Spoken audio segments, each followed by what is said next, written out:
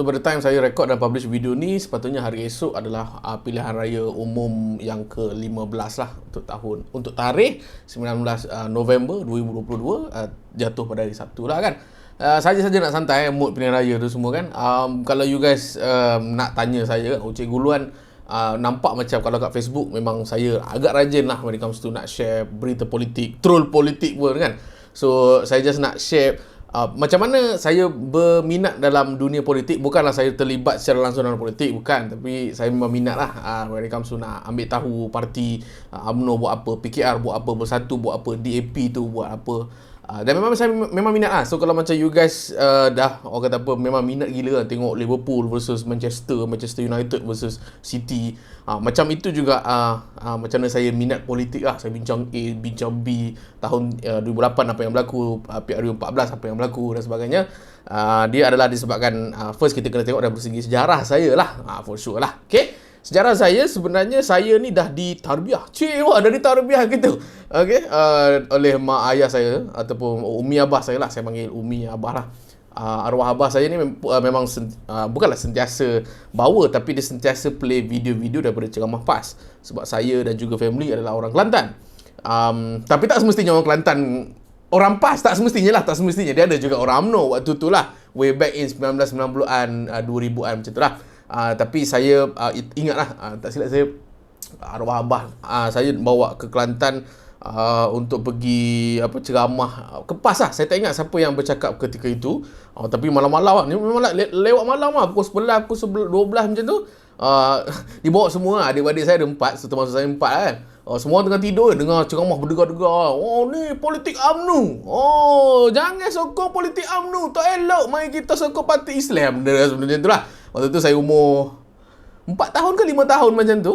Tapi saya tak minat sangat apa yang dia cakap waktu tu, sebab saya duk fokus macam, malam-malam ada orang jual ni kacang rebus. That's where Cikgu Luan memang betul-betul minat kacang rebus lah. Tapi as time goes by, contohnya kan, sebab kita orang waktu tu duduk Johor Bahru waktu tu, dan arwah abah saya ni dia antara orang yang paling terkehadapan lah when it comes to teknologi. Waktu tu dia ada akses internet tahun 2005 macam tu, dan dia playkan satu family ceramah-ceramah PAS secara online, ataupun dia play ceramah PAS tu dekat kaset ataupun CD dekat dalam kereta kan.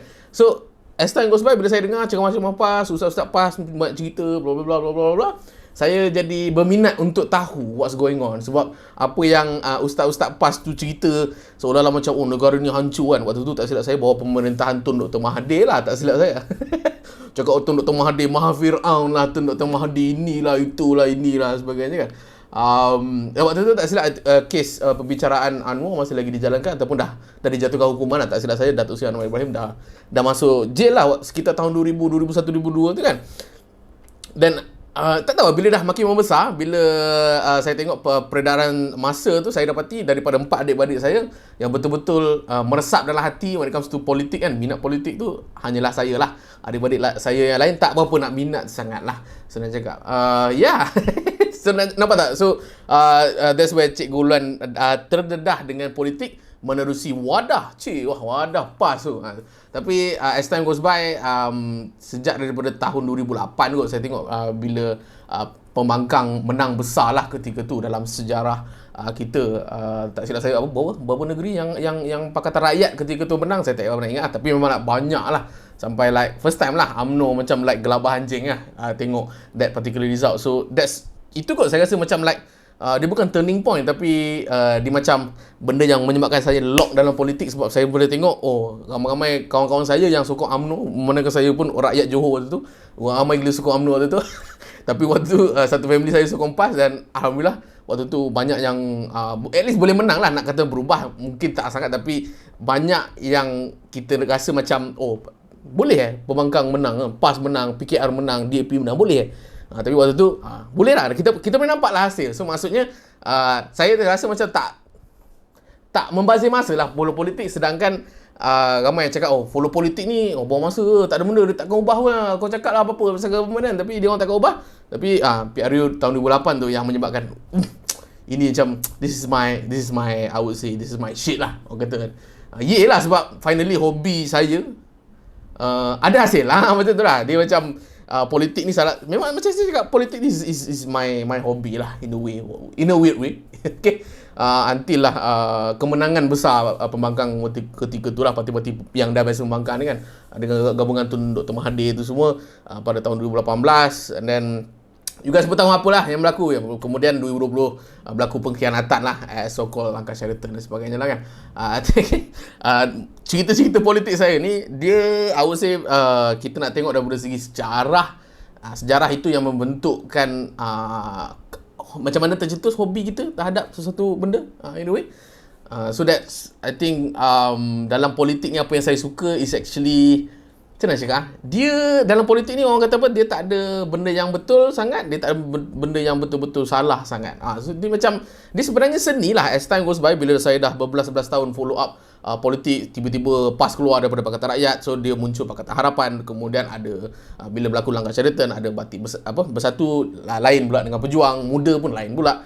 So saya dapati dalam pertelingkahan parti politik yang sedia ada ni, saya dapati dia orang macam tak ada like, oh parti A sahaja yang paling betul, parti B yang paling salah. Tak ada, dia memang tak ada. Sebab pada saya itulah dia I would say kepimpinan yang umum lah, senang cakap. Kita tak boleh nak cakap yang macam contoh. Ni mesti ramai yang marah. Contoh kita kata apa yang Barisan Nasional buat pada 60 tahun pemerintahan dia tanpa apa-apa kalah pada PRU kan, which is tak ada orang menang pun selain daripada 2018 hari tu lah kan.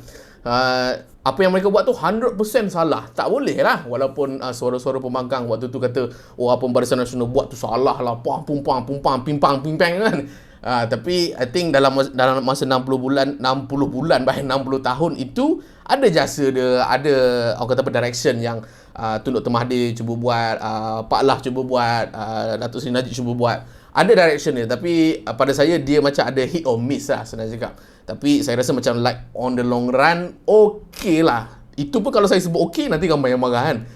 Macam saya cakap, benda itu hanyalah orang kata apa, penilaian kita sendiri sebagai rakyat biasa. Ingat, saya bukan ada keahlian PKR ke, keahlian DAP ke, keahlian Bersatu, PAS dan sebagainya. Saya tak ada pun. Tapi saya sebagai orang yang memang meminati I would say persada politik ni, kawan-kawan saya pun ada juga yang pengasas muda contoh. Kawan saya pun ada juga golongan-golongan daripada pemuda BN ada, PN pun ada, daripada PAS apatah lagi lah. PAS yang paling saya rasa pada banyak connection kot, tak silap saya.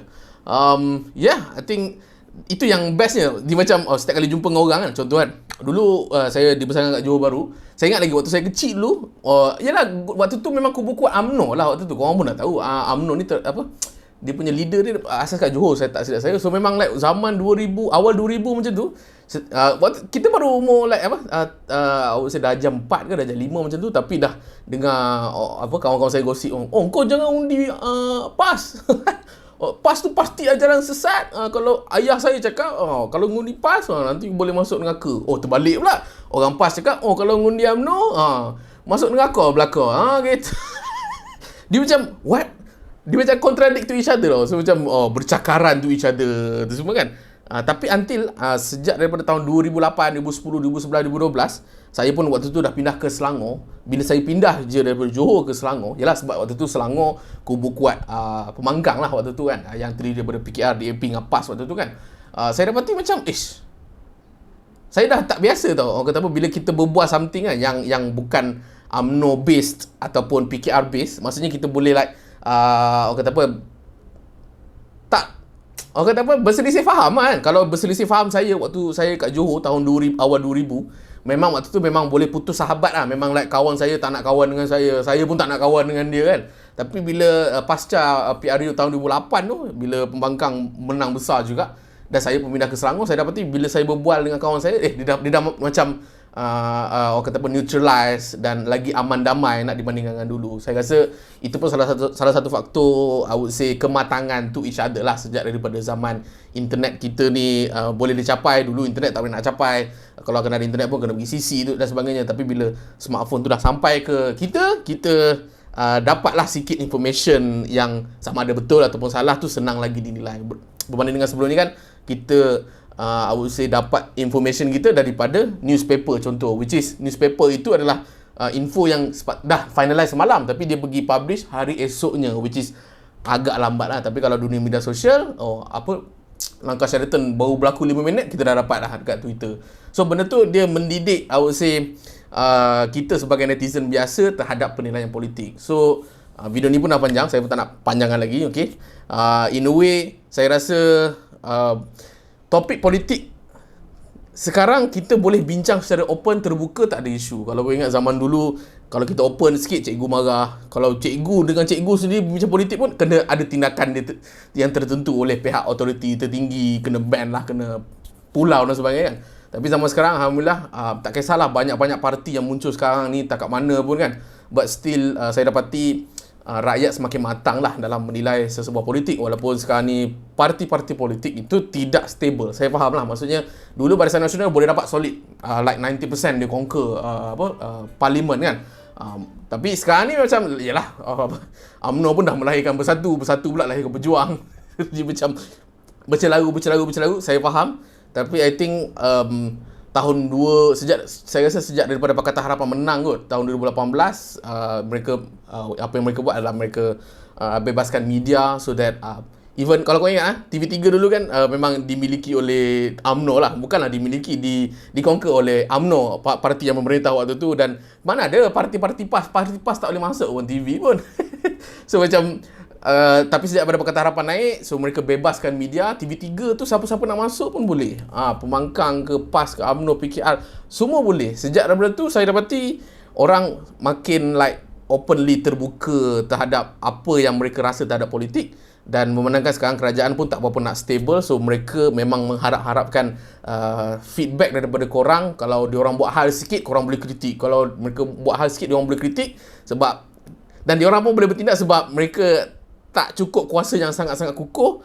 So kalau diorang tak buat apa yang rakyat nak, senanglah orang nak gulingkan members of parliament ataupun pihak DUN when it comes to I would say kuasa lah kan. Dia agak fragile lah, tapi I think it is a win-win for both, untuk kita sebagai rakyat biasa dan juga kepada orang yang ahli politician lah kan. It's a fair situation. Apa-apa hal pun, good luck untuk pilihan raya umum ke-15. Saya tak kisah korang nak undi parti ke, undi calon ke apa, itu atas penilaian you guys. Saya datang sini semata-mata nak borak berkenaan dengan saya punya sejarah, my viewpoint sikit, apa yang saya rasa dan sebagainya. So kita akan tengoklah siapa yang akan memerintah nanti, dan siapa-siapa yang bakal naik. Saya tak tahu nak cakap apa, sebab I think it's too early untuk saya tell. Macam biasalah, politik ni dia terlalu I would say tak menentulah sebenarnya kan. Waktu PRU 2018 orang nampak Pakatan Harapan dah start kalah dan forever akan terkubur, tapi lately saya tengok dia macam nak naik balik. Sama juga dengan UMNO, waktu tu orang assume macam UMNO dah nak mati, tapi tiba-tiba ada orang hulur tangan kan, naik ke atas. So macam-macam yang boleh berlaku. So kita tengoklah pada hari esok. So selamat mengundi guys. Saya Cikgu Luan sebagai saya Tan. Bye bye.